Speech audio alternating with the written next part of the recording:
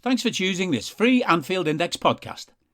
If you'd prefer to listen to this or any of our other shows without adverts, then now's the time to check out Anfield Index Pro. With AI Pro, you can supercharge your entire listening experience. You'll not only get all of our podcasts without the ads, but you'll have them far faster with our quick publish feature available exclusively for subscribers. AI Pro also puts you in the heart of our sound studio, with an option to listen to many of our shows live and interact with the podcasters in real time as the shows are recording. Upgrading couldn't be easier. AI Pro is available on all popular podcast platforms, and we have our own apps for Apple and Android. Just head on over to AnfieldIndexPro.com and get started today. Hello everyone and welcome back to Rival Recon here on Anfield Index Pro. The pod's on tour this week, coming to you from a busy and bustling Mexico City, the traffic in the street evoking the Reds' fixture schedule for the next few months. The Reds recorded back-to-back wins at Anfield after a 98th minute winner from young Fabio Carvalho on Wednesday evening.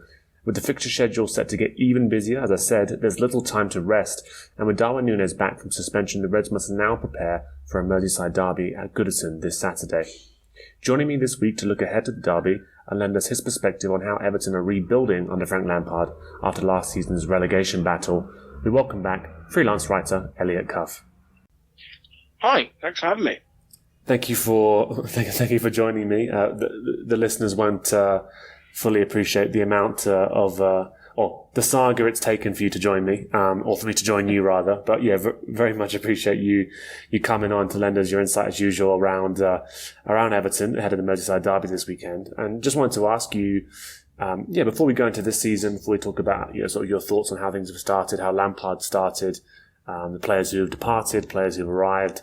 I just wanted to ask you, when we last caught up towards the end of last season, you were in I wouldn't say despondent mood, but I think you were in a realistic mood around the fact that it was going to be a very tough battle, but you still thought it was a possible sort of result for Everton to stay in the league. Obviously, at one stage it looked very sort of difficult, or sort of very forlorn. Just give me your thoughts come the end of the season when Everton obviously did manage to sort of salvage their place in the Premier League amidst huge amount of struggle at certain points during last season. I mean, it really was a miraculous situation because I think even though I was a bit more optimistic when we played Liverpool, there was certainly a point where, as far as I was concerned, it was done. It was over. We were gone. I think it was losing 3-2 to Burnley, and then I think did they come back against Brentford really late on and scored 2 goals in the last minutes. I just thought it's just not going to happen. The tide has turned and this very much is going to be our swan song. So much so that I didn't watch the game against Crystal Palace. We were 2-0 down and I just thought I can't bring myself to listen to the radio to watch anymore. I'm done. And then obviously we had that amazing comeback and that kept us up. So, it was rough, and I think the consensus amongst the fan base has been whatever happens this season, wherever we come, whoever we do, we cannot experience that again. And that is, paramount importance that the club, the board need to make sure that whatever they do behind the scenes, that never happens because it was far, far too close. Yeah, and I think we were discussing at one stage as well. I mean, that it didn't really care too much about how Everton managed to stay in the league last season. It was just a case of finding a way to grind out results, whether that meant playing as ugly as possible, just being sort of as cynical as possible at times. And I know there are plenty of Liverpool fans listening to this thinking back to the game at Anfield where I thought sort of Everton tried everything they possibly could to sort of drag that game down into a contest that they thought they could win, and actually were very successful in doing that for large portions of the game. I mean, in terms of the way in which Lampard, who had never really been in this situation, let's face it, took on that challenge and ended up sort of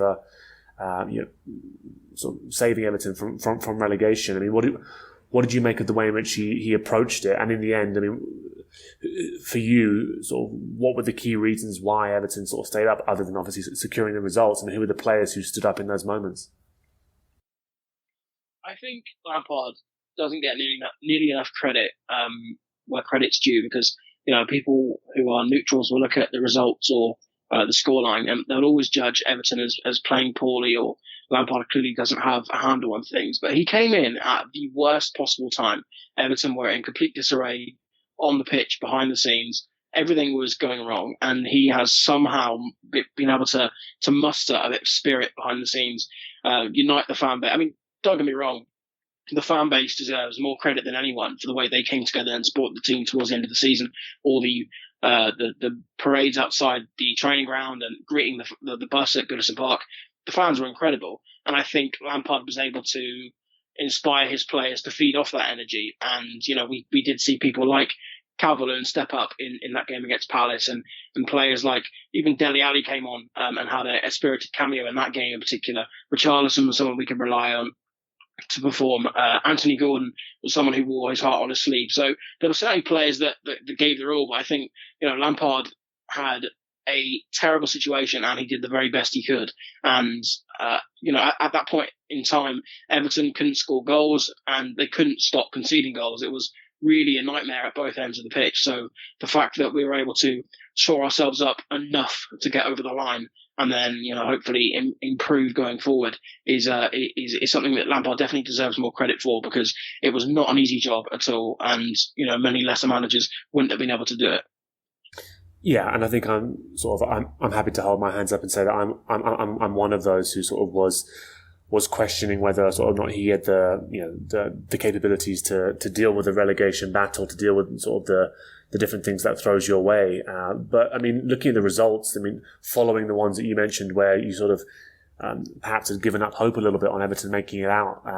There's some huge results there against teams that sort of finished much higher than Everton ultimately in the league. I mean, what were the ones for you in particular that you look back on and go, not only did the belief come back when you think back to those games, but they're also sort of hugely significant results, hugely impressive performances. I mean, I'm looking at the ones here, the win obviously against United, the win against Chelsea, win against two wins, a win and a draw against Leicester. I mean, which ones were they that you look at and think, okay, that was a huge turning point for us? Well, it's those ones you mentioned because, as you said, they come immediately after that Burnley game, and that was sort of rock bottom. I think the United game, because it was the very first time we played after Burnley, it was only a couple of days later. Spirit at that point must have been an all-time low for the players, and it certainly was for the fan base. And the fact that they were able to get, a scrappy 1-0 win with a performance that wasn't great, but that was enough is so important. And being able to build on that against Leicester, and obviously the Liverpool game wasn't quite so good, but coming off the back of that with a win against Chelsea and Leicester, it showed that the players were willing to fight to stay in the league. And I think that's something that fans have had an issue with for a long time, without picking out specific names, because, there's always been rumours and speculation, but fans always find that, or at least it seems that the Everton fan base always has an issue with players not caring enough or not putting enough effort on the pitch. Players that are willing to take a paycheck at the end of the week and they're not overly fussed about where Everton come in the league. So I think it was so important for the fans to see that the players were willing to fight that bit harder to get those results. And that in turn, spurs on the fan base to support those players and really give them all of the energy that they can. And, that relationship has always been important to Everton. I know it is for every football club, but Everton are known as the people's club for a reason. They have, they've always been a club that feeds off the energy of the fan base, for good and for bad. So when, the players were able to prove that they had enough about them that they could bring the fan base on side, and they hadn't been for a long part of that season, particularly under Benitez, when the fan base had been so split, it was a really encouraging thing that I think a lot of fans are really hopeful we'll see going forward, whether that's under Lampard or whoever. We need to keep that strength, that bond that we have with the players and the fans. And I'm really glad that we got to see glimmers of that, of what it could be towards the end of the last season. Yeah, you're right. I think fans always sort of, roll out that question around, do players really care? Are they really sort of giving their all for the shirt? And I think there's a number of players there, perhaps we'll come on to talk about them as well, who I think you can easily look at them and say that they actually did give their all, and that they did very much care. And there's players who are on the periphery who actually have sort of reasserted themselves into the Everton sort of squad, or certainly or first team lineup as well. And couple of players I do particularly want to mention. But come the end of the season, you have this huge, overwhelming feeling of relief. Let's not mention the last game of the season because it was obviously sort of Everton cleanly safe at that stage. Arsenal just annoyed that they messed up their own chances of Champions League sort of qualification as well. But end of the season, you're looking at that squad. You mentioned there, obviously, the importance of, for this season, not letting the club be in a similar situation, a similar scrap. Where were the areas of the squad that you looked at and thought, these are the obvious areas, surely we're going to prioritise reinforcing these areas because that's going to be key to allow Lampard to build whatever he wants to build with Everton this season, but also make sure that we're not going to be scrapping for our lives again? I think it would probably be easier to tell you the positions that we didn't need strengthening. Sure. Because the squad was so threadbare at that point, not just in terms of numbers, but in terms of quality, that it was ridiculous, really. Certainly going into the transfer window, a striker was of paramount importance because, even before Richarlison left, Dominic Calvert-Lewin was far too injury prone last season. We had to rely on Richarlison playing as a lone striker or Salomon Rondon, who has proven that he, isn't quite up to standard. So certainly a striker. And then beyond that, a defensive midfielder would have been a massive help last season. Allen is not naturally suited to it. Him and Decore work well together when they're playing a bit more advanced, and we needed someone to sit behind them and just guard the defence. Hopefully that's something we're going to sort out in the next few hours. And then beyond that, it really is so many positions. We don't have a lot of depth out wide. We don't have many creative players, with the likes of Luca Dean being sold in January and James Rodriguez going the summer before that. We didn't have a lot of naturally creative players in the squad. And at the back, we conceded so many goals. Yerry Mina was someone who we couldn't rely on. Again, his injury record was not impressive. Ben Godfrey wasn't able to hit the same heights that he'd hit before his injury. And Michael Keane is very inconsistent. So, it's no surprise to see that Lampard this summer has immediately strengthened that back line. And all over the pitch, and there's so many gaps. And thankfully, we're starting to see recruitment that addresses those issues, but not just those issues of not having the players, but also not having the right caliber of players or the right players that fit into a certain demographic that we should be looking to recruit. Younger players that are hungry, not 29, 30-year-olds who are towards the back end of their career and happy to take a big wage from a club that are willing to pay over the limit. But yeah, it was certainly a relief staying up. But I think every Everton fan would tell you that as soon as that safety had been confirmed, there was an immediate sort of feeling of anger towards that board and a strong need to see work being done, because there was so much work to be done, and Everton can certainly not rest on their laurels and just go, well, that's right. We stayed up. They had so much work to make sure that we can move on from this. We progress, because God forbid it happens again. Yeah, and in terms of sort of the type of recruitment that you wanted to see from the club, I think in the past that we've spoken about maybe the recruitment policy not making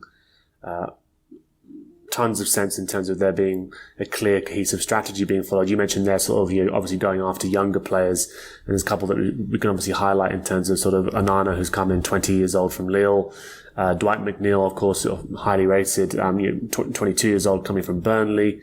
But then there are a couple others in there who've come through so far this window, whether on loans or sort of permanent transfers, who are a bit further on in their careers. So Neil Maupay from Brighton, James Tarkowski, who's a sort of free transfer from Burnley. He's 29 years old, but you sort of know what you're getting with him. Connor Cody as well on loan, which was one that sort of caught me by surprise a little bit. And then Ruben Vinagre, if I'm not missing out anybody else so far. I know there are some deals that we're sort of just about sort of ready to announce. I know there's sort of the possibility of Idris Gueye sort of being finalised coming back to the club as well, and James Garner, if I'm not mistaken, from Manchester United. But in terms of the feel of a cohesive policy there of targeting players of a particular profile, I mean, what have been your thoughts around sort of recruitment so far? I've been pretty pleased with it. I think the profile of player we should have been looking at for a long time has been young, up-and-coming, hungry players with a point to prove. Everton aren't a team that are going to compete for the league title. So they should have the attitude where, we'll recruit young, we'll develop players, and we'll make profit. And then we can keep reinvesting that money into the squad, and hopefully over time we'll see growth. I think players like Onana and McNeil are brilliant examples of that. Richarlison is another example of that. Unfortunately, Everton's dire financial situation meant that we couldn't turn much of a profit from that deal. But it's the right kind of player we should be looking at. Someone who was 20, 21, who had come to the Premier League, impressed, and now we're going to take a chance on him and hopefully see him develop. That's exactly what we've done with McNeil and Onana, and I'm really pleased with that. James Garner as well, if he comes in, would be a similar type of deal. I think at the back, because we were so weak last season and we lacked leaders, I think the likes of Conor Cody, who has been, he's renowned for being a strong voice in the changing room, and James Tarkowski, both of whom have a brilliant injury record. They're very, very rarely miss games. I think that was really important, and I think you can risk other positions more than you can centre back by going young.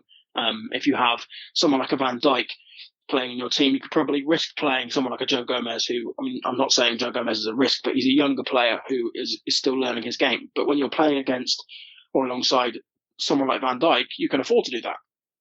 Everton was so weak, we needed to have a lot of leaders come in. So I think that makes sense. And then players like Neil Maupay and Ruben Vinagre are really interesting for me, because Vinagre especially is a bit of an unknown quantity. I don't quite know why we needed a left back cover, but I'm not entirely sure what the thinking was behind that deal. But as a loan, I think with a low permanent option, it's not such a bad deal. And then Neil Maupay, I think, is an ideal candidate for Everton, because Everton are no contenders for Europe at the moment.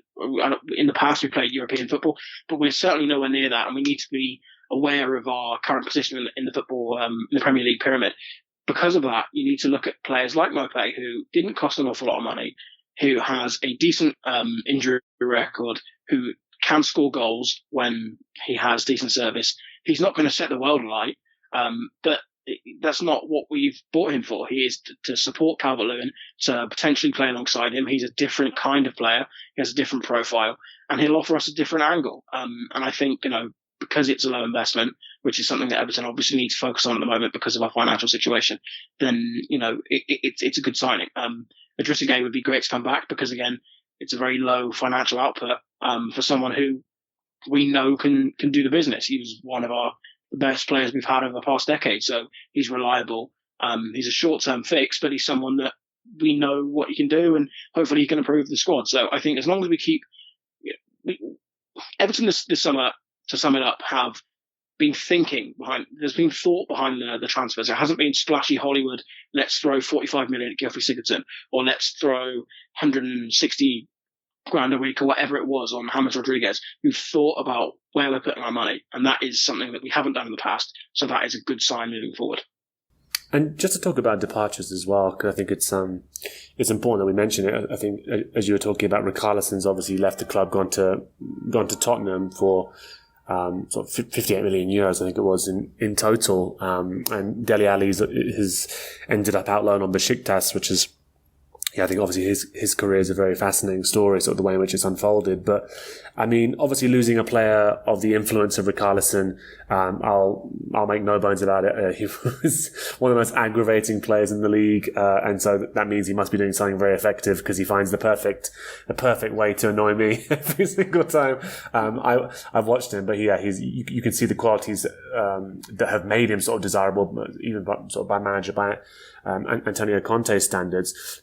What were your thoughts on obviously losing Richarlison? And I know that obviously there was a lot of interest in Anthony Gordon as well, for large swathes of the window. I mean, felt sort of unfathomable that you could let him go as well. Just talk a little bit around sort of the departure of Richarlison and sort of the unsettling, if you will, of a young star like Anthony Gordon. I think with Richarlison, it all seemed inevitable. The minute we had our Premier League status confirmed, people were looking at Richarlison, Calvert-Lewin, Jordan Pickford are the few stars we had in that team, thinking, well, where are they going to go? Because they're not going to want to put up with this every season. They're not going to want to, be in relegation battles. Richarlison was a tough one to take because no player in the squad, not even Anthony Gordon, who's obviously a local lad, no player in that squad connects with the fan base as much as Richarlison did. And it's one thing to say, he irritates you as a fan, as an opposition fan. And, he's definitely that kind of player where you hate him if he's not in your team, but if he's in your team, you love him. And he gives everything for his football team. He wears his heart on his sleeve. He's brilliant with fans on social media. He scores goals. He works harder than anyone else. And it infuriates me, or it always did infuriate me whenever you saw pundits question his attitude. He had the best attitude of anyone at that club last season. He was brilliant. And to lose someone like that is a major loss. It's frustrating that Everton have taken so long in this window and they still haven't found a like-for-like replacement. You look at McNeil, he's not someone who can operate as a auxiliary forward as well as a winger. Morpay won't do that either. We don't have someone who's in the same mould as Richarlison. So it was, a huge loss. But on the other hand, I'm grateful that we've been able to keep so many players. Jordan Pickford is, by all accounts, about to sign a new contract. I think that's massively important. Some people don't like him and there's still questions over his capabilities. But if you ask me, Everton couldn't hope to have a better goalkeeper. Calvert-Lewin is someone who, yes, his injury record is not great, but when he's fit, he is very important to how Everton play, and he scores important goals, and he's someone we needed to keep. And then Anthony Gordon, obviously he's brought goals in the last couple of games. He's scored 2 and 2 now, and he has the likability of the fact that he's a local lad who's an Everton fan from childhood. But I think it's more the energy he brought last season. He was so influential, and he worked so hard. Chasing down every last ball, and you could see when Everton lost, you could see the frustration in his face, and I think that means a lot to fans because, as we were saying, it's all about whether players actually care, and if you can clearly see that this player is wearing his heart on his sleeve, it means a lot. And when you have talented players come through the academy like Ross Barkley before him, you always want to see them as players succeed. So I think it's really important that Everton kept Anthony Gordon. There was a lot of talk, even amongst the fan base, over whether we should have accepted an offer from Chelsea because financially we're not in a good way. Gordon is he's nowhere near the finished product. He's still a raw talent who could become massively influential, who could fall by the wayside. We don't know yet whether, the question was whether Everton should gamble on potential, whether they should take the finances and reinvest in guaranteed quality. Personally, I'm really glad he's stayed at the club. I really hope he kicks on this season and keeps scoring and keeps proving to be a more influential player. And when we have a forward, we don't have to play him up front. When we play Mopé or Calvert-Lewin's back or whoever else we might sign on deadline day, I think it would be he'll really prosper in this team. And Lampard wants to grow it. He's buying young players around him. He wants to build the team around Gordon. I think he has a big future, and I think it would just send the wrong message if Everton were to take a second big cash out for a star player and then start the season with no real fan attachment. There's no players in that squad that fans can really gravitate to. So yeah, I think it was really important that we kept him, and I'm really looking forward to see where he can go this season. And you mentioned sort of Hollywood names, or not pursuing Hollywood names, or not pursuing a name if it wasn't sort of the right fit for the club. And I'm not saying that actually when you sort of signed Dele Alli that was necessarily the case, but I think that most people could sort of see that Dele Alli was in sort of a weird stage of his career, sort of on a progressive decline in terms of his output, and sort of like questions being asked around sort of just whether or not, just how much he loves the game anymore, to be honest. You think about the player he was when he first emerged onto the scene. But I'm just interested for your perspective on what you saw from Dele Alli, because he obviously does seem like a shadow of his former self, and things didn't go anywhere near sort of what I imagine sort of both him and Lampard had hoped for when he made the move. I mean, what was your perspective on Ali, and sort of, I guess, what's your opinion on the way in which things have ended up playing out? I think saying that he's a shadow of his former self is a really apt way to describe what we saw from Dele Alli, because on many occasions we saw glimpses of his ability, his awareness, his just technical nous. But it was only ever small glimpses. We never got to see Dele Alli really take a game by the scruff of the neck and dictate pace, dictate tempo, ping the ball left and right, and really make himself a menace for opposition teams. It was a transfer that never really made an awful lot of sense. Not because Dele Alli was poor at Tottenham and did deserve a second chance. I actually was quite excited to see what Lampard could do with Dele Alli, being one of the Premier League's best ever midfielders. Lampard, I imagine, has a fair amount of wisdom that he could have imparted onto Dele, but it was the fact that he never really fit into a system. He didn't start for us. I think he's only started one game in the league in his 13 league appearances, and that wasn't because he wasn't good enough to start. It was because he didn't really fit. We didn't really play a system or a formation where that would work. So it was always strange to me. Hopefully he can kick on in Turkey and we can maybe receive a transfer fee that's appropriate in the summer. But it's a strange one. I really hope he does well, because he does seem, there's always talks about his mentality and whether he cares anymore. I do think he cares, and I do think he wants to get better, but something's just not clicking. And Everton wasn't the destination for him. Hopefully he can find that in the future. Yeah, and I certainly hope he can find or sort of rediscover his love for the game. Because I think, at his best, he really was sort of a joy to watch. So it's never fun to watch a footballer sort of seemingly falling out of love with the game, or sort of falling out of love with as we discussed, just becoming a shadow of their former selves, certainly at his age as well. Of the other signings that have come in so far, I mean, we'll sort of talk about sort of the games that we've seen so far in the Premier League, but of the signings that you have had a chance to see in action so far, who's impressed you? I think Onana is someone who, automatically, with his how big and physically imposing he is, and catches the eye. Yeah, it's a big guy. He's someone you can already see as a potential star in the making. We don't know whether he's going to end up that way. We don't know how he's going to be going down the road. Hopefully, he'll continue to develop and find more confidence under Lampard and get better and better. I think also Tarkowski and Connor Cody have both been really solid. They've been really impressive at the back.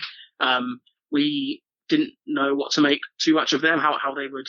Because I think sometimes when you sign players like that have been at a club like Burnley or Wolves for a long time, is there a period of time where you need to become acclimatised with your new situation, with your new area? How quickly you're going to come into that team and settle? And they both did that really quickly. They both look like they've played alongside each other for a long time. So I think that's also impressive. The rest, we haven't seen enough of the likes of McNeil yet to really make a judgment, but I think we've got a good nucleus of players that have come in there, and I'm hopeful that they can all come in and develop and improve. But time will tell. You can never know with signings. You're obviously in the same position with the signings that Liverpool have made this summer. You never know how they're going to develop over time. You have to just be hopeful that they are the right characters and they have the right mentality to go forth and do that. Mm. And one thing I remember always discussing with sort of Wolves journalists when I was sort of previewing games against them was they're discussing sort of managers who'd come into Wolves and tried to make them a bit more of an expansive side. A side that created more chances, but generally a bit more attacking, didn't just purely rely on sort of counter attacks the way in which Wolves had done over the past few seasons. And one thing they did mention quite often was the fact that they were held into playing a back three, just because of the way in which Connor Cody liked to play. Wasn't too comfortable necessarily in the back four, much preferred a back three. And as a result, sort of they didn't feel like they could change that. I'm just interested into your perspective here, whether you think Lampard was always intending to line up that way. I've seen he has done a couple of times so far this season, or you think that's actually something that's probably actually been enforced by the fact that it's where Cody's most comfortable. I think we saw hints of that last season, if I'm not mistaken. I can't remember exactly, but I'm sure we saw Lampard operate with a back three towards the back end of last season. And I think that was very much the case of we just need as many defensive bodies on the pitch as we can. We're leaking goals left, right and centre. We need to try and ensure that defence up. And that's probably something that's carried forward. Also, we are so weak in midfield. We don't have the options in midfield. So we played three midfielders against Leeds. We had Onana, Davies and Iwobi playing as a three. But before that, we didn't have the players to really do that, whether one was injured or before Onana had come into the club and got up to speed. So it was almost more of a necessity based on just the players we had that we played that three at the back. Cody played alongside Tarkowski in a back four against Leeds, and he looked solid. I think we looked more composed and more resolute than we did against Brentford, our previous game, where we did play a back three. So it is strange that Cody has basically been let go of Wolves because they don't want to play a back three anymore, and he might not end up playing in a back three for us. I think it's good to have flexibility, but I'm not a fan of the back three formation personally. So I'd like to see us play four at the back a bit more, but who knows what Lampard is thinking. Certainly, some of the other signings like Ruben Vinagre make you think that he would like to play three at the back. He's more of a wing back. Vitaly Mykolenko is more of a natural left back. So it's good to have options. It's good to have players that can do both. And at the moment, we've got five senior centre backs. So if Cody is the preferred option in a three back, but we want to play Yerry Mina or Ben Godfrey in his place, if we go back to a flat four, then it's good to have that rotation, those options that we can rely on. And just looking at sort of the fixtures this season, I mean, what have you made of sort of Everton's start to the season? I mean, there was those two losses, sort of narrow one to Chelsea, and again, a narrow one to Aston Villa, who've obviously been struggling as well, start of the season, followed by 3 draws. And actually 3 draws in the types of games where you think actually the securing points on those games will ultimately, or could ultimately be very important. Not that you want to be obviously involved in a relegation scrap again this season, as you mentioned, but picking up a point against Nottingham Forest at the start of the season when they're likely to be at their most confident, sort of most buoyant, Brentford as well, Leeds as well, they feel like they could be valuable points in the end, especially if you feel like Everton aren't sort of at full strength at the moment as well.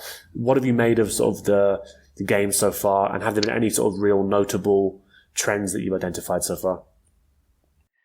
It's another one where Everton fans will probably have a different perspective than the neutral fan will, because on the surface they're all games, apart from the game against Chelsea, they're all games that we should potentially be looking at to pick up all 3 points.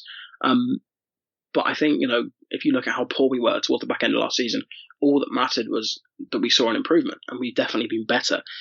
We've lacked a cutting edge up front, but that's because often we haven't played with a striker, or we've been playing with Salomon Rondon up front, and he's not of the right caliber for us to really have much of a goal threat.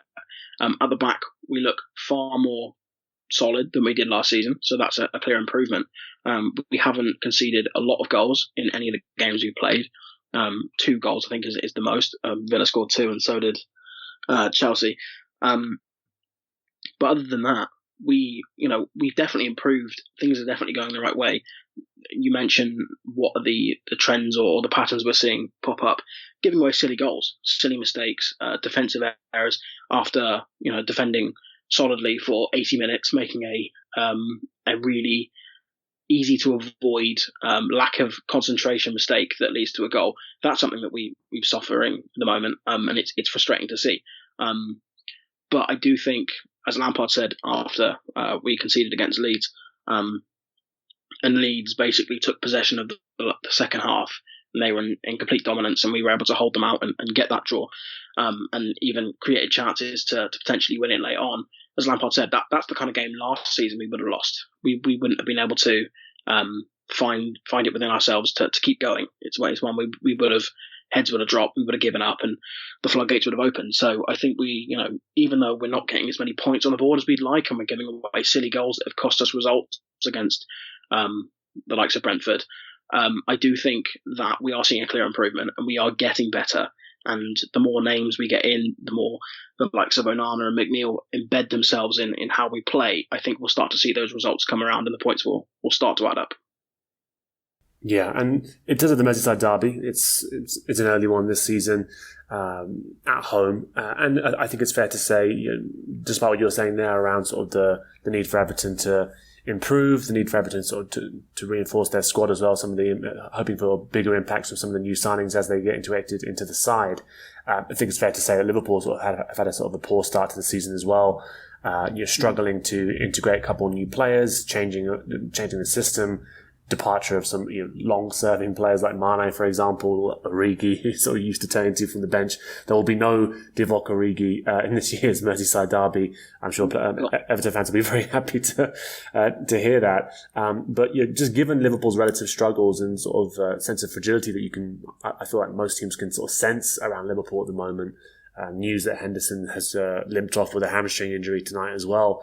That's another midfielder down with just a few hours to go. Who knows if anyone's going to be coming in for Liverpool in that position? That does seem doubtful. Do you think Lampard will be tempted to actually perhaps go at Liverpool a bit more than maybe you'd ordinarily predict that he would this early in the season? Let's say Liverpool were in flying form, like we've seen in the past few seasons. Of course, there was that 9-0 against Bournemouth, for example, but that's a very specific case. How do you think he's going to approach this game? Well, I'd like to see him approach it in the way you just described, because there's every reason for us to give it a go. Obviously, we come into every game as the underdogs. We come into every game with a sort of inferiority complex that we're not as good as Liverpool, but they haven't lit the world alight, and there's every chance that if we gave it a go, we could snatch a result. I don't think it's going to happen, but if I'm completely honest, but I would like to see us approach the game with a positive mentality, especially with you, as you said, that you're struggling so much with injuries in midfield. There's a lack of options for you. It's something that if we could say dominate midfield or attempt to dominate it. I know we're probably not going to have the lion's share of the possession stats. It's something that we could hopefully use to our advantage. It's definitely a tactical game, and Lampard's going to need to be right on it. He hasn't used any subs in recent weeks. He's going to need to start using his the options he has at his disposal. And you never know. I don't know what the cut-off point is for transfers being registered, but you never know. We could have a couple more in, on deadline day that could help turn the tide. It will be a tough game, and I certainly don't think the Liverpool struggles so far will deter them very much at all. Jurgen Klopp has always been someone who's able to rally the troops before facing Everton. I know, a lot of Liverpool fans might not look at Everton as a particularly tough game compared to the likes of Man City and Chelsea and all those, the big sides. But I think Klopp has always had the right mentality to treat it like a proper derby and to gear his players up and make sure that they're ready for the task at hand. And that's something that Everton will have to contend with. So it's going to be tough. Liverpool are scoring goals. Everton aren't so much, unless, we can play more pay and maybe he fits in straight away. Who knows? Either way, it's going to be a tough game. We really need to be on it. And I really do hope that we have that positive mentality, because Lord knows, looking at the trends and looking at past years, if we sit back and we wait for Liverpool to attack with the game plan being, let's hit them on the counter, it won't work and we'll concede and we'll lose. So, fingers crossed, but who knows? Obviously, sort of the game where Darwin Núñez will be back as well, so hopefully he can sort of keep control of his emotions in what I'm sure will be sort of a pretty frenetically paced game at some stages, right? Yeah, exactly. Yeah, so I mean, I think I saw some photos of him celebrating the late winner today, actually, against Newcastle, and he was on the bench. And he looked like he was very ready for a scrap. So I'm hoping he reins it in, to be honest. But as always, Elliott, thanks so much for all your insight there into Everton. So I really appreciate you coming on and giving us your opinion on sort of where the club stand at the moment, sort of where Lampard's looking to take them as well. But yeah, thanks as always. Really appreciate that. It's a pleasure. Thank you for having me. It's I think this is 4 times in a row I've done this now. So we've won one of those games. So, there was an Anfield win, right? Yeah, so... All be doom and gloom.